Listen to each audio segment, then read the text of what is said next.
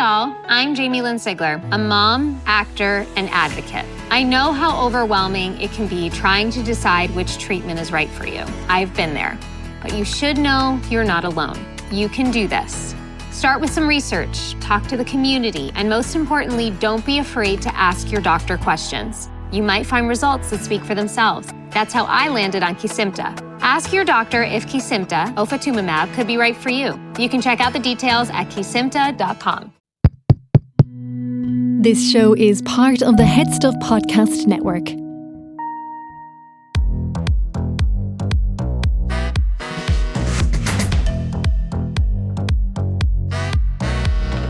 Hello listeners and welcome back to the G-Spot. This episode I am joined by the brilliant comedian Justine Stafford. Justine is a very busy woman, very successful. She's doing amazing. I'd say she's up the walls with work, but very generously took the time to come in and chat to me, and it was so worth it, as you'll hear in this episode. She was, of course, hilarious. She was honest. She was vulnerable. And she shared personal experiences, which is always just brilliant to hear.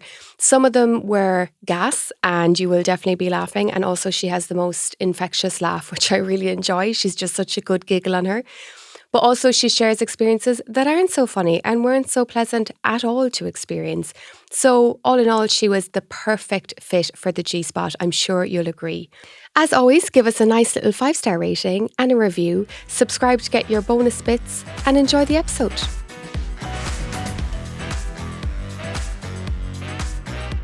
Hello everyone, welcome back to the G-Spot. I'm joined today by comedian and actor Justine Stafford. Hello. Welcome to the G-Spot. Thank you so much for having me. It's great to finally find it because, it is, it's a tricky one sometimes. It is. There's actually the innuendo. I don't go into it half as much as I could. I do say, if you want to find the G-Spot, click on this link, but I think I need to squeeze it more. You could. You absolutely could. I know. Yeah. I need to sit down and brainstorm some ideas.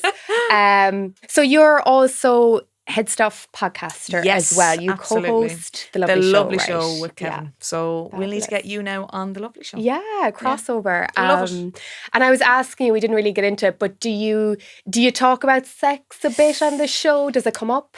Sometimes if because Kevin is married. And I'm notoriously single, or I'll go through patches where I'm briefly seeing someone and then single again. There's a recurring trend. Content. It is though, but I think it can. Yes, but it can be tricky because I think Kevin, it's come from a different perspective of being married. He'll give a dating advice, but sometimes getting into more in-depth things is not something we really would do, just because it's not something we'll both want to talk about. Yeah, that's fair. And did you get sex education? Where did you grow up? Sorry, where are you from? I'm from Meath. So did you? Kilbeg National School is where I went, and then from roughly Nobber, that area in Meath.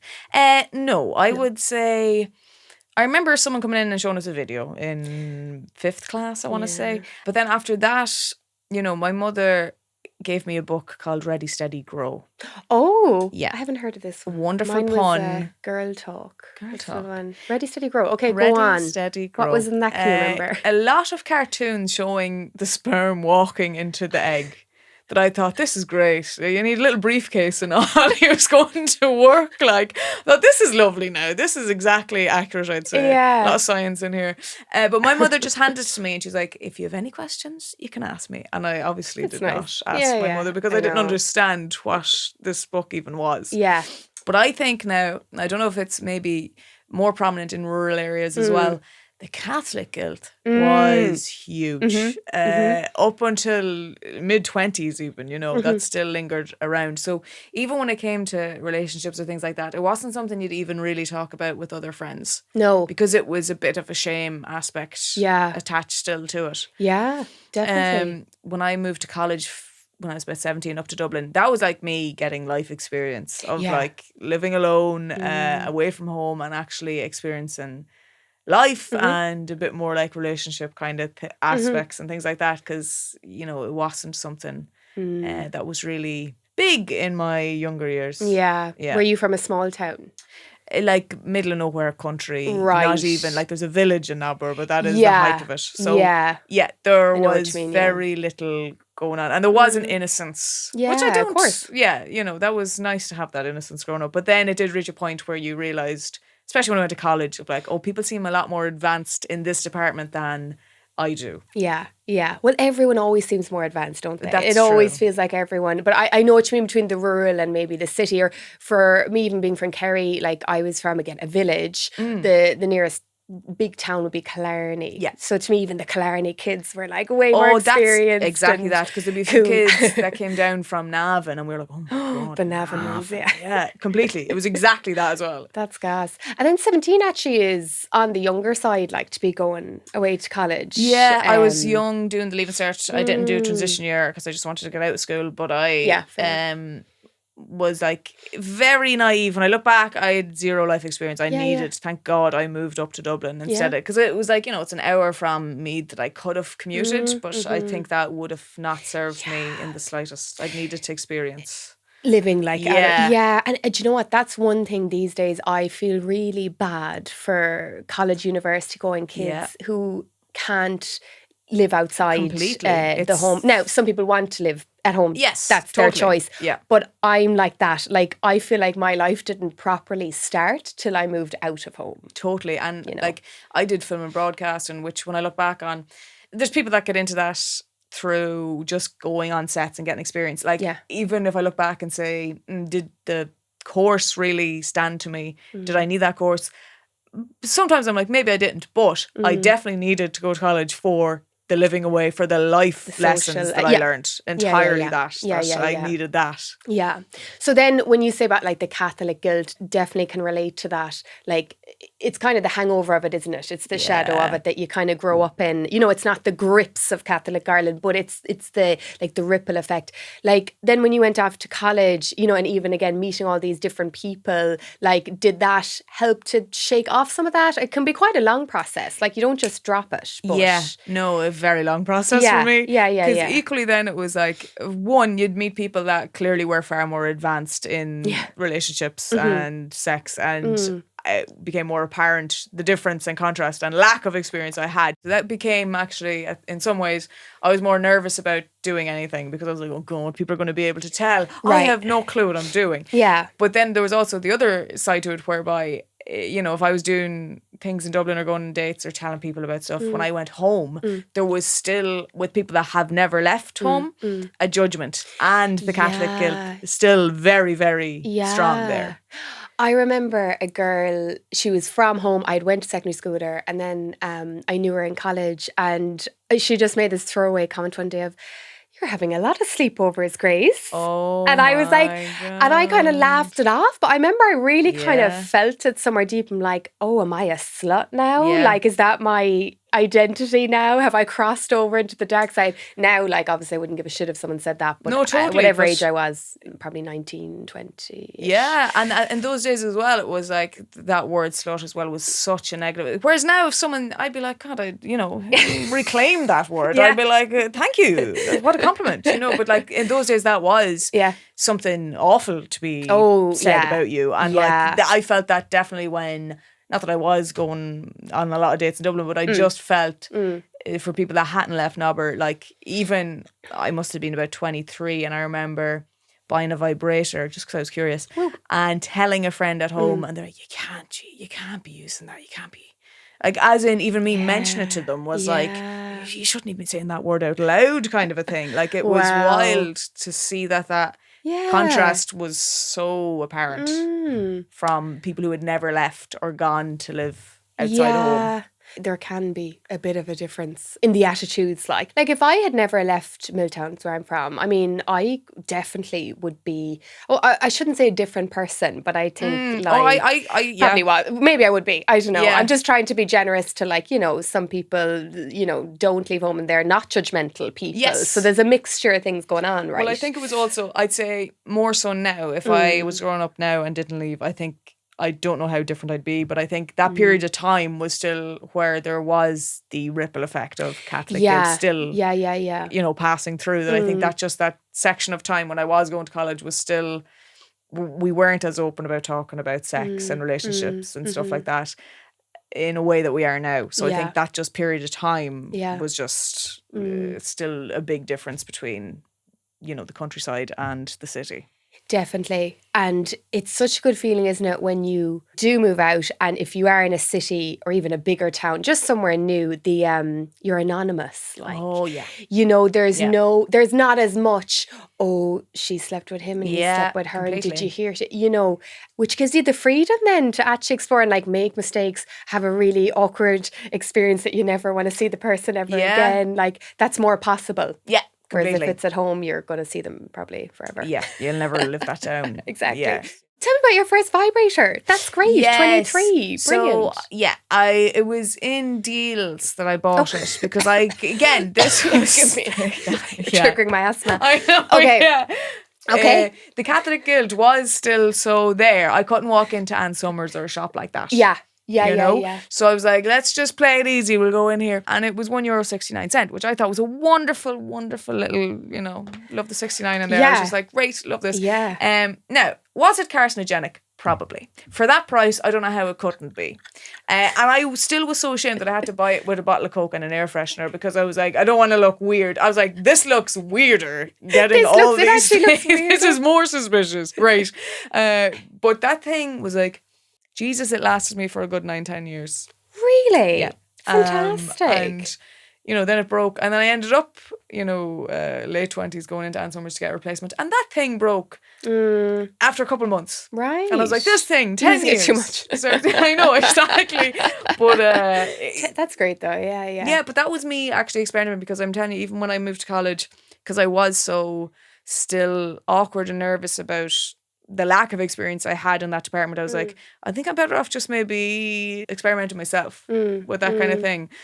Because what I found with, you know, any sexual experiences in my early 20s, and I don't know where I'd put this down to the root of being from, but it was kind of portrayed to me as though it's all about the guy getting what he wants. I don't ever remember having an orgasm until I was about 25, 26 because it was never about that. It was about, you know, sex was just very much about the guy getting. So until I had like boyfriends later in my 20s, I didn't realize, oh, there's actually a benefit here for the woman. Yeah. It's actually a two-way street. Like Yeah. that was a wild realization to me. And very, when I look back on my early 20s now, I'm like, wow, what a, you know, sad time in a way. Yeah, I know what you mean. I think the perception and things have changed because I think that was far more portrayed back in those days that it was just about between a man and a woman having sex, that it was far more about just the man. Definitely. I don't know if that's maybe a country thing as well, possibly. I'm not sure.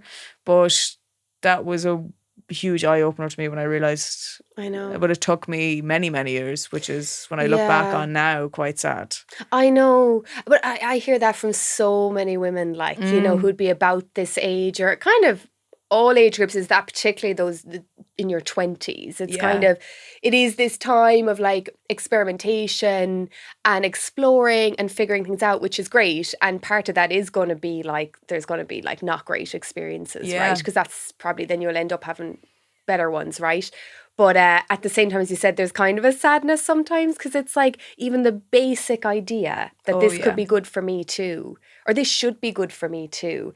Like, that's so basic. Yeah. You know, and that's why the sex education in schools is so important. Totally. Just even that, you know, like, because otherwise what I see then is like women coming to me and they've gone through decades of their life with that idea, and now there's just this big disconnect between their body and their brains because they've kind of been conditioned to even fake pleasure. Totally that. Like perform pleasure Yeah. because that'll get him off. I mean, very heteronormative, but this is what the context is like. Yeah. So yeah, no, it can be a bit sad, but it is great that, I think it's fantastic that you were like, well, I'm going into deals and I'm going to explore stuff myself. Yeah, like, well, I that's mean, great. because again, any experiences I'd had up until that point were very much like all about the guy, and I didn't realise that there was actually a side to it for women. Yeah. You know, which Imagine was that. wild.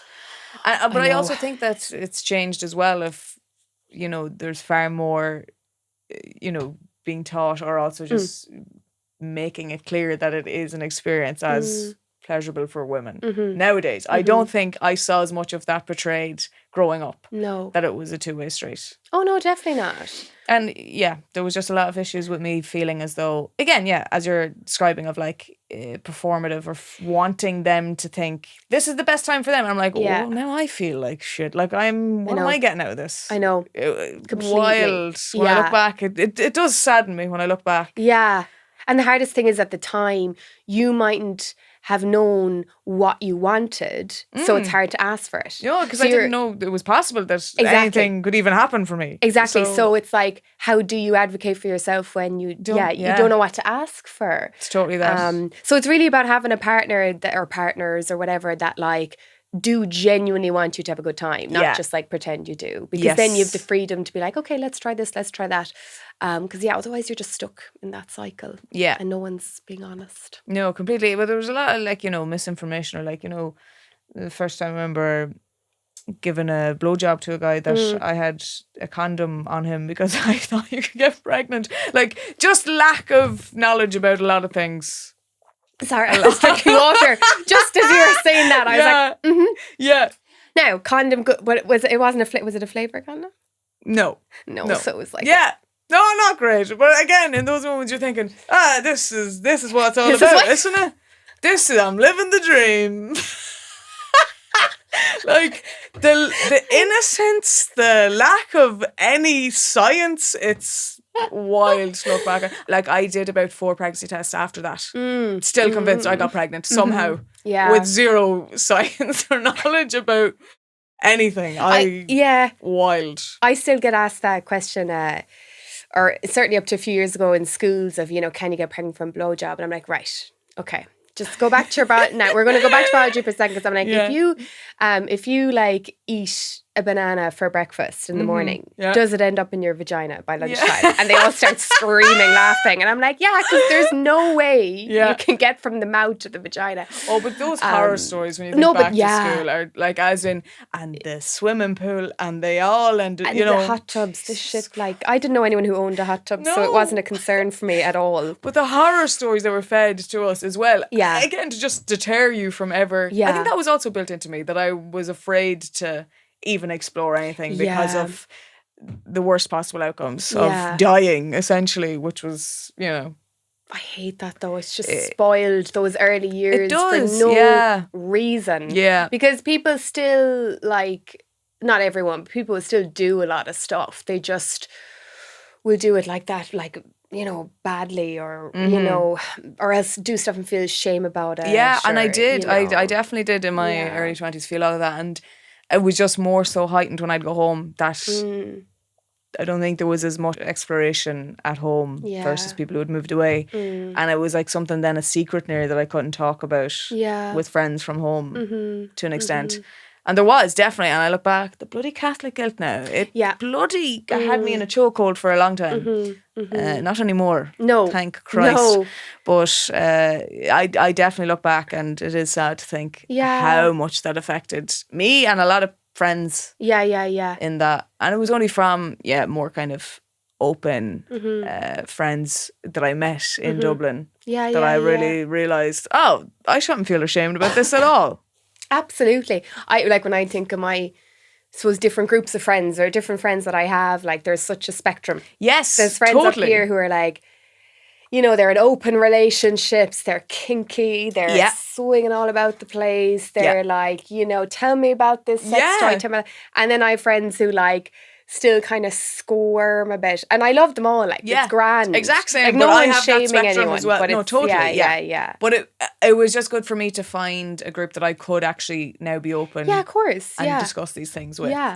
That was huge. No, and again, for finding out, go down somewhere, get yourself a few bits in there. Like, I love finding friends that were as open about talking about this stuff as I was. Absolutely. And I think, like, there's, when you talk about the vibrators and deals, which I think is, I never knew they stocked anything like that, which is really interesting.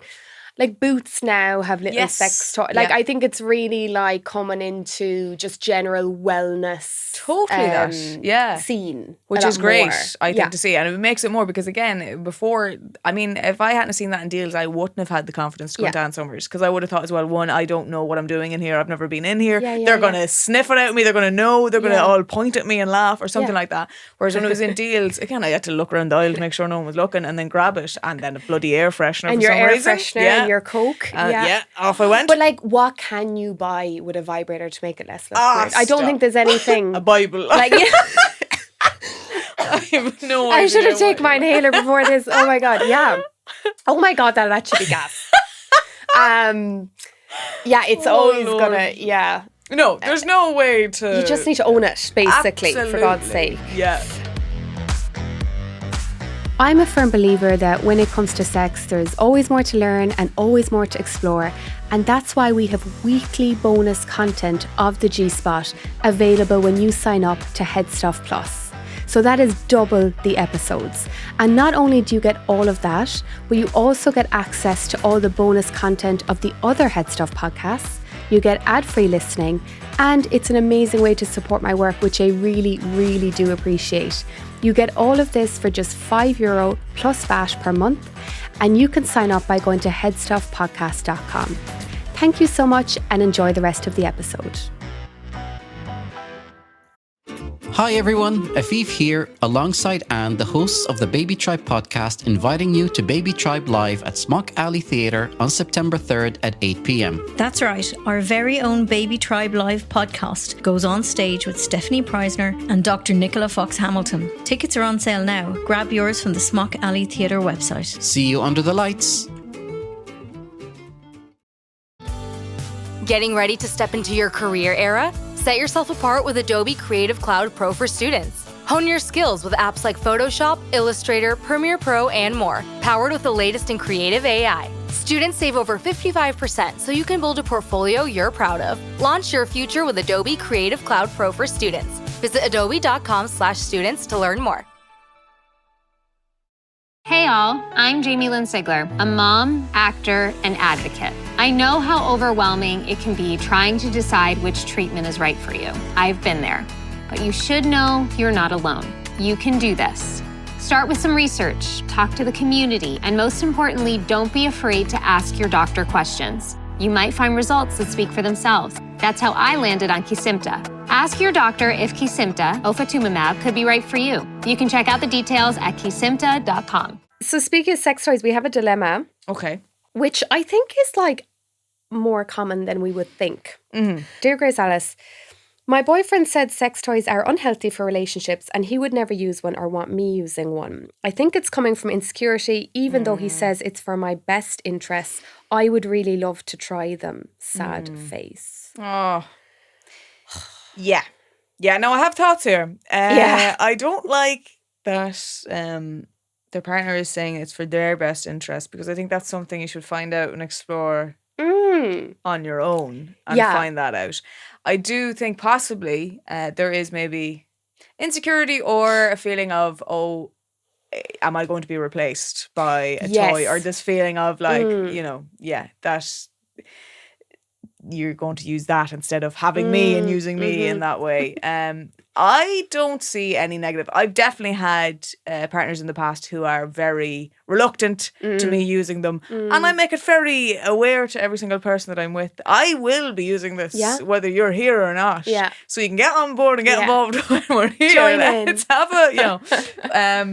I think there were people in the past that I was with that were reluctant because they hadn't experienced this before and didn't know what it would involve and what that would look like. And when they were then open to eventually trying it, it was a big moment for them to realise, oh, this was not a big deal at all. I don't know why I was so worried with this. And also, I mean, one of them at one point was like, this is actually great. It's such a help. Like, as in, I don't have to do, like, you know, half as much. You know? I know. I often say that. I'm like, give your hand a break. Totally that. You know, because it's a win-win here. You'd be cramping. There'd be all kinds of things happening. Completely. Yeah. I really think it is maybe just having not experienced it before, that there is just a fear or an insecurity possibly, but just, I think it's the not knowing what it's going to involve or how you'll handle that in that moment that's possibly putting them off as well. So it might just be having a conversation really about that and being open about it, of, you know, expectations. And also making it aware to your partner that it's not replacing them. It's for the benefit of both and just exploring something together. Yeah. Using something, like it's not that they're going to be replaced. No. Which unfortunately I do think gets into some people's heads, that they think that is what's happening. I think so too. And it annoys me because sometimes I see, like I saw a collection of sex toys advertised before as a boyfriend replacement kit. It was coming up to Valentine's Day.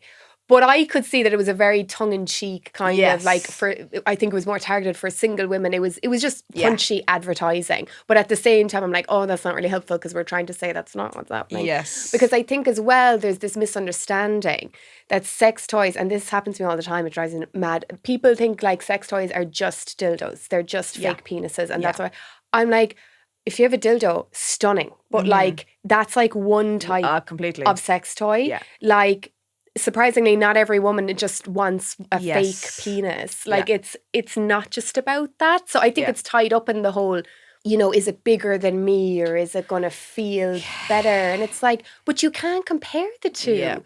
I wouldn't dream of thinking, oh, I'd be better off with my vibrator. Like, no, maybe with some men you would be because they're awful. Some of them. Yeah. But most of them are, you know. Like there's obviously cases where you're like, I actually would have rather stayed home with my vibrator. Oh, yeah. Then go for that casual thing. Yeah. But yeah, I'd be asking him, what did he say? They're unhealthy for relationships. I'd be kind of pushing back and be like, could you explain? Yes. And reference. Completely, yeah. Please, I want 3 case studies. I need PowerPoint presentation. Because it's not like there's a lot of myths around sex toys being addictive and that they're, again, replacements. And like, there's probably a very small portion of people that might genuinely be like using them as a way of avoiding sex with their partner. Yeah. But that's not about the toys. That's a relationship issue. Yes. Do you know what I mean? Yeah. It's not caused by the toys. And anytime I've introduced them with partners in the past, it's actually only brought us closer or made it feel as though we're more open with each other about that and exploring that together. I've never seen it be a negative with someone. There has been, before they'd, you know, gone into the situation, had like in their head thinking this is going to be bad or this is going to affect us, but it was not that way at all. I think it is just a misconception, lack of knowledge about them, thinking that it is, that I'm just being replaced here by this. I remember, I told you watch Married at First Sight. I did. I wouldn't have seen them all the series. Well, I haven't either, but I really get into it's always like, I'm not going to watch it this time. I know. Because it's too long and then I just get sucked right in. But they have a sex expert usually in wherever, Australia, UK, whatever version it is. And I remember, I think it was last year or the year before, where the sex therapist was like asking the group of men, she had the men, you know, what they made of sex toys. The younger men seemed more like, whatever floats their boat like. But there was a kind of slightly older guy who was like, never needed to use them. And she really pushed back on that, which I was delighted with because I'm like, oh, this is such a macho, like proving myself thing. Yeah. Which I think you're just restricting yourself then. Totally. Like, again, and it's helping you. Trust me. You're going to have to like do less and, you know, you can take a break. Honest to God. And also, like I get so into them, it's very exciting. Like see ones where you can have them modelled off your partner and stuff. I'm like, class! Oh yeah. I get so into that. Yeah. The ones where it's like long distance, you know. And Bluetooth and all the I love a good novelty. I get excited about that and I'm like, this is such a involved experience between both, for me anyway. Yeah. That I'm like, I don't see how you could feel threatened by this. Yeah. You know, because again, it is in, you know, this isn't going to replace the relationship we have, open communication we have, the emotions we express. It is just I think, lack of awareness or experience with them that they're fearful. Yeah, no, definitely. So it could go either way. I would be saying, as you said, have the conversation. Even like come in a bit, like, I don't mean like, you know, with a briefcase and like bang out the studies, but like be prepared to say, well, they're not actually proven to be unhealthy. There's nothing there to suggest that they can have a lot of benefits.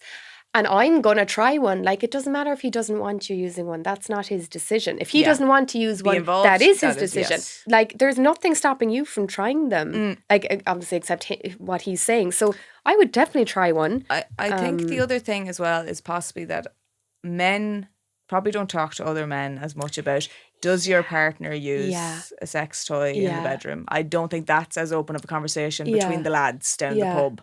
And I think if they did have that conversation, they'd realise far more are using them with their partner, and it is not this like thing that is replacing them. It really isn't. And if he does come around a little bit, I would suggest even starting out by using like a couples one. Yeah. Like there's ones you can use that literally give both of you a vibration at the same time. Like just, you know, or start off with something really simple. They're fun. Like they're totally. so fun. Yeah. So like have fun with it. Yeah. But yeah, I don't like to hear that, but I'm hoping. Yeah, I really hope so too. I would be hopeful that's just coming from a place of not fully knowing what they're about. Just one last thing. I suppose the only part of it for me that's like, is the saying it's for her best interest. Yeah, I think that's a bit manipulative. Like that at all. I don't like that. Oh like my that's God. very dominant. It's condescending almost. Controlling a little in that bit. sense. It could be. Yeah, I don't like that. Yeah. You don't know what's best for your partner. No. And her decision of what she wants. I wasn't a fan seeing that now. No, and some people think like, you know, toys decrease, like, you know, like you won't be able to feel anything anymore without one, or they'll change how your vagina feels. I'm like, oh my God. Yeah, like no, again, scare tactics. There's is, no solid evidence around any of that. No. Okay, so this is more of a confession than a dilemma, because I think we've solved that dilemma. Yes, I think we have. Confession. So, dear Grace Alice, confession. I haven't had sex in 3 years. I'm 31. Because last time I did, it was a casual thing, and he made a comment about how my vagina looks, and it honestly upsets me so much that I'm scared to even show it to anyone ever again. I still burn with shame thinking of it. Yeah, that is absolutely heartbreaking to me. And it makes me very angry and very sad, because it's horrible. In my early 20s, I remember being with someone and they made kind of a comment like that. It was a backhanded thing to be like, oh, it's a bit different, but I like it. And I'm like, everyone loves to hear that. Yeah, exactly. But then what was also, because I had no experience of anything. And then I remember watching an episode of Embarrassing Bodies, and I saw them, a woman was on talking about, you know, how her vagina looked, and they were going through it and suggesting that she'd have surgery, you know, for it's becoming reduction. A lot more popular. Yeah. And I thought, oh my good God, now is no one ever going to go near me again? Is there something wrong with me? And it was only then that I saw, and I was so, again, this wasn't a conversation you could have openly with friends. No. I was ashamed also by this, and then thought, is there something absolutely horrific with me? So it wasn't something that I ever wanted to talk about with anyone. And it was only then that I saw Nikki Glaser, a comedian, doing like a kind of documentary piece about exploring both her journey to having an orgasm, because she hadn't for all of her 20s, and was exploring using sex toys because she never had. Yeah. And also about her vagina and how hers, compared to how she felt, others were portraying what the normal one is like, which there is no such thing, but that she had bigger lips, and she was like, I am owning this. I love it. I adore it. And I was like, no idea how much that made a difference to me at that time, because I was so, the contrast of those two shows as well was wild, because Embarrassing Bodies was portraying it as something to be ashamed of, that needed to be changed, and to then see the contrast of Nikki Glaser, who was just owning it and saying this is normal, they're all different shapes, there is no such thing they really as are. you know, and the impact that a comment like that can have on someone, to the point that I was like, am I gonna like go to a hospital and have to, like, I was horrified to think no one will ever want to go near me. And since that, no one has ever mentioned or made a comment like that to me ever since, because there is no normal. There is no, everyone is different like that. It's just wild how something can affect you so deeply that someone has no idea. And in that moment, how can they not think, maybe be a bit sensitive about this, about people's bodies, in the way that I'd never comment about a guy's appearance ever in the bedroom or anything physical. I would never, that I'm like, how can you think that's okay to do? It's horrendous. Like, it's so horrible. And as you said, like, everyone's genuinely is different. That's something actually I didn't realise when I was younger. I didn't know. I think it was when I actually started seeing porn more. And now I know a lot of porn actresses can like have had surgery and stuff, and sometimes they do look similar. But like there are different shapes and colours and sizes and all of that. And I was like, oh, so it can look like that. It could look like you know, and I think I want to touch on one thing as well, because she's saying vagina, right? And what we're on about is the vulva, obviously, not the vagina. And I'm not saying that to be preachy. I'm saying this is part of the problem. We're not brought up to even know the different words. areas. You'd never see a man mixing up his testicles with his penis. Yes. Like he knows the difference. Yeah. Whereas they're saying, you know, I got my vagina waxed. I'm like, you definitely didn't. Yeah. I hope you didn't. So vulva, labia, whatever. And like even the fact that even the word vulva, people can squirm around that. And like that just contributes to this disgust around that area of the body. Totally. Like God forbid we'd have hair there. God forbid it doesn't taste like, you know, Skittles, whatever, or like smell like roses. Like there's all these insane expectations. But like that guy, just get in the bin. Because what good could possibly come of saying something like that? Yeah. It's just nasty. Oh, I mean, I obviously have had a lot of insecurities growing up, but again, I don't have very big breasts, and that has been, growing up, that was a huge insecurity for me to ever be with someone, because I was like, again, because I was brought up thinking, it's all about the guy and he's not going to be happy with them. I'm like, well, are you happy with him? I'm like, how am I never not? asked that. Never consider that. Yeah. So like for him to even be in that position to say, like, what gives you the right to make a comment like that? Like, and it upsets me so much, because this person, I've truly experienced that to an extent, and I know that feeling, and thank God at the right time I saw programs where it really opened my eyes to the fact that there is no normal, there is no two the same, that everyone is different. Yeah. It's so sad. It is, but it takes me back. Yeah, and it can really stick with you. Like we can look at that and say, oh, that's so stupid, that's so ignorant, like take no notice. But like when it is said to you, like she hasn't had sex in 3 years because of this, like that's very significant to me. Like that's someone who could have had a lovely relationship with sex, and now it's like ruined the last 3 years. I remember when I was, I think it was like late teens, my boyfriend at the time, like, told me, I don't know what way he said it. Again, these underhanded kind of, not comments, but comments of like, I remember him literally saying, all the girls and boys in porn get rid of their hair, all their hair. And that was the beginning of me paying €50 to get every single pube pulled out of me once a month. And the horror of that, like, I'm just like, Jesus. The horror. Did it for years. I know there's people who still do it, whatever, like your body, your choice. But see, I don't think that was my choice. That's the thing. No. I think choice is such a weird word to use there, because when you think of a choice, it's like, yeah, but if one option is I'm going to be treated like shit if I leave it as it is, that's not really a choice. That's kind of something you're pushed into. Yeah. And it stuck with me. I was afraid, I remember, I wasn't, because I got rid of all my hair. But then, like, you know, I was afraid to be with him again until I had that sorted. Yes, and if I had any hair at all, it would nearly be like, I can't have someone touch me, because like it's growing back, which is what it's fucking supposed to do. Yeah. So seeing all the labiaplasties and stuff that's becoming more common is like, now I know there is some medical reasons just to add. No, absolutely. Sometimes it can be very like pain, causing people pain.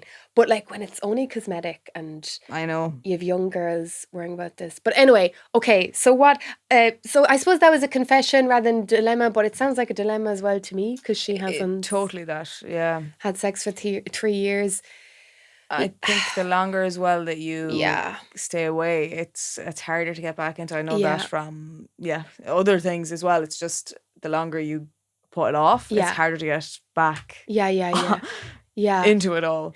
And I've actually talked to guys. I'm that person who asks really weird questions, because I love it. A, I'm a sex coach, and B, I'm autistic. So I'm like, you know, you're getting asked every kind of thing at lunch, like, and I'd be asking, you know, I've had a lot of male partners, and I'd be like, so like, what, you know, how is it when a vulva looks different? Like, do you ever, you know, I just kind of, because sometimes when we see a new penis, it does give you a fright, like, because it's different. Totally. I mean, I obviously between, you know, if you've circumcised and on that. I mean, the first time I'd seen that, I was like, what? Yeah, what? I remember in Geordie Shore, they used to call it cockfright, that you'd get cockfright.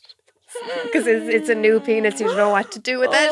Lord. It's like a stranger. But anyway, I'd be asking guys about this, and like, no man, from what I can remember, like, there's never been a negative comment that stuck with me that they've made about another woman.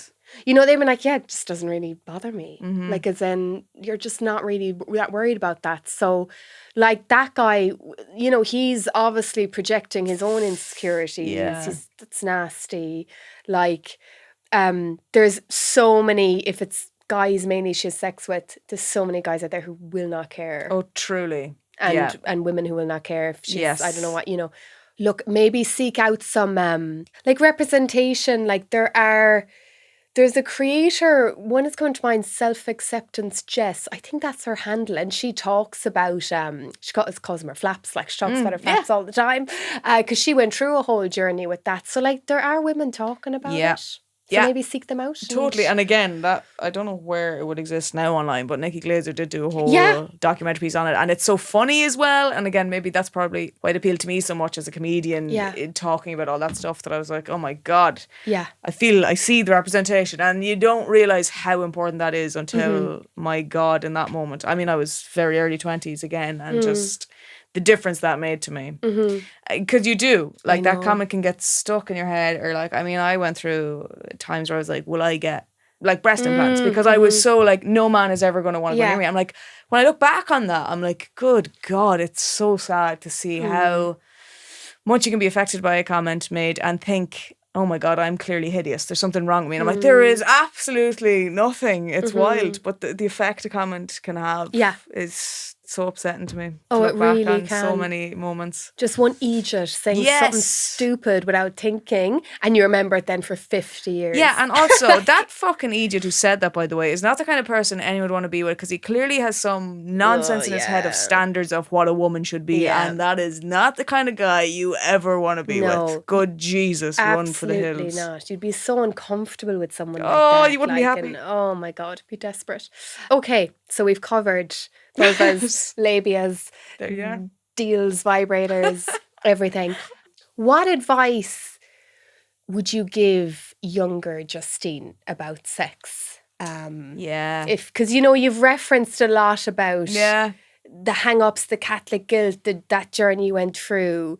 So maybe some stuff needed to happen how it happened. But, you know, if you could sit her down for a minute or two, what would be the main advice, do you think? Yeah, I think it is...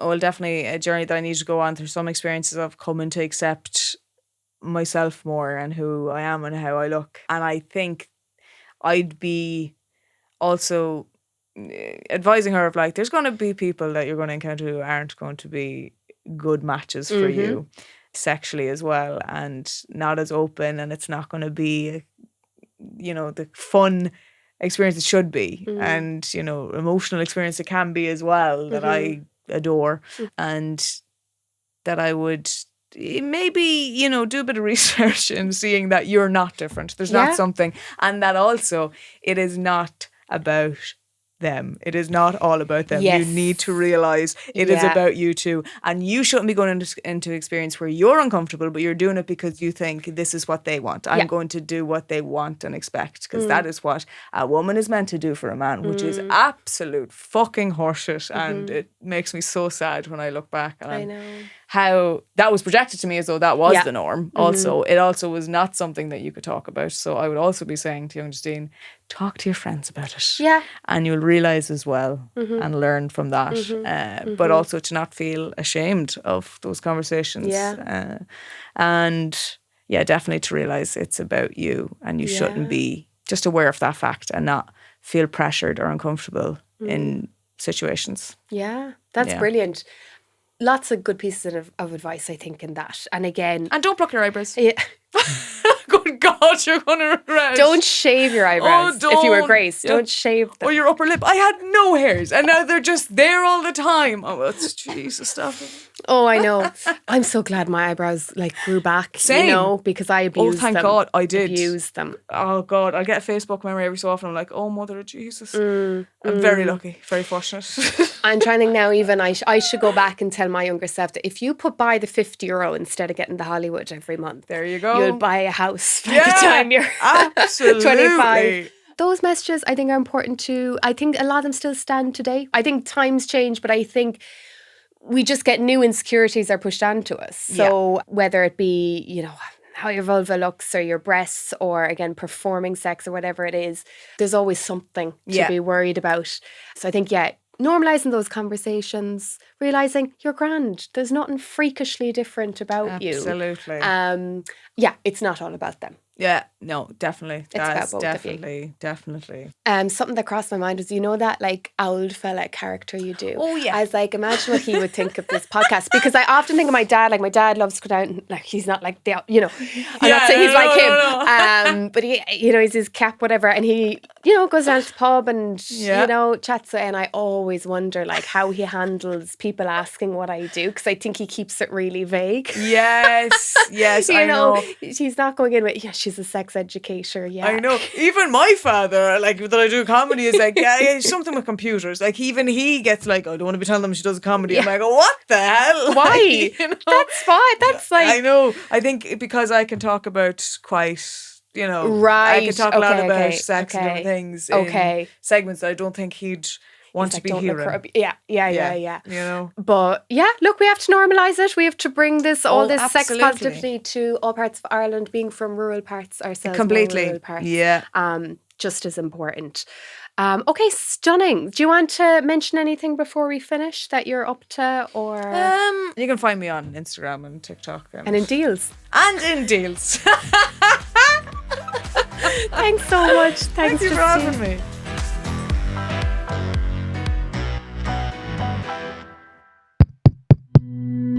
This show is part of the Head Stuff Podcast Network, a hub for the creative and the curious. Shows are produced in association with Head Stuff and the Podcast Studios Dublin. Find out more or become a member at headstuffpodcasts.com.